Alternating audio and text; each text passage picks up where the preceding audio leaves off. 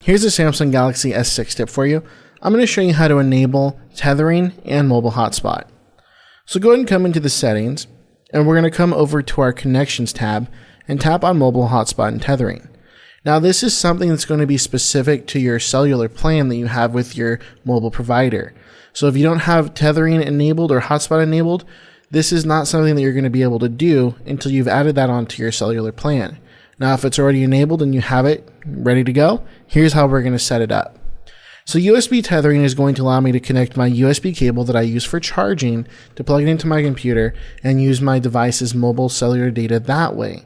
So this is useful if I'm out of Wi-Fi range, maybe I'm on the road and I need to shoot off an email or download a quick file attachment for work.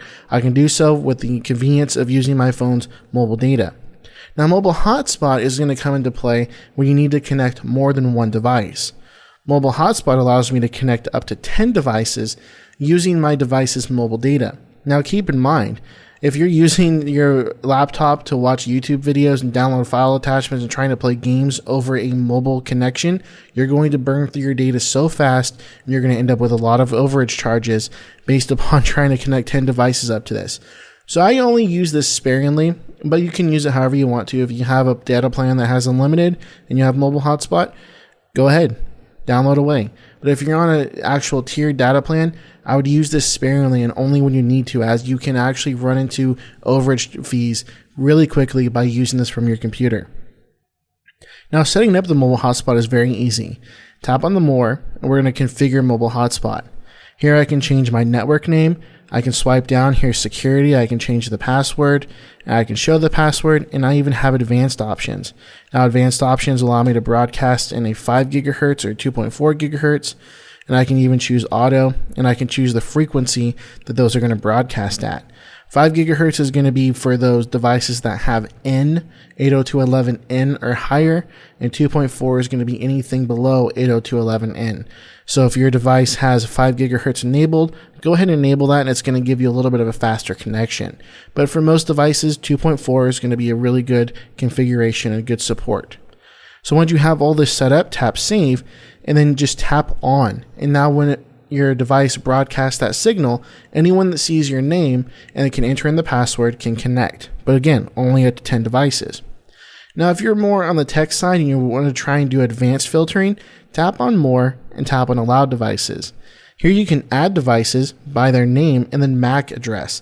So this again is more of a technical advanced option here. So for most people, just setting up the network name and password is going to be okay. You're going to be perfectly fine. But if you want to get into device filtering, you can enter in device names and MAC addresses here. And then come back out and see where it says Daily App Show. If we tap there, I can do allowed devices only.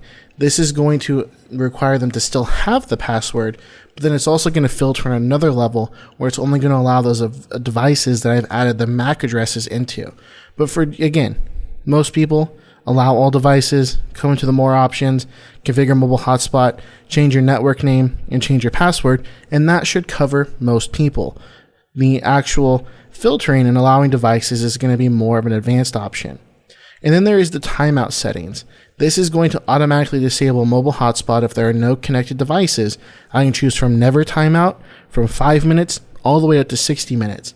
And this is going to be useful because if devices aren't connected to the hotspot for more than 10 minutes, it's going to shut it off, saving some of my battery life, and it's going to help me out. Never timeout, that's always going to keep mobile hotspot on until you toggle it off yourself.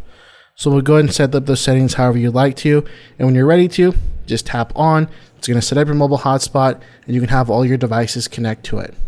So that is how you enable and manage your tethering and mobile hotspot on your Samsung Galaxy S6.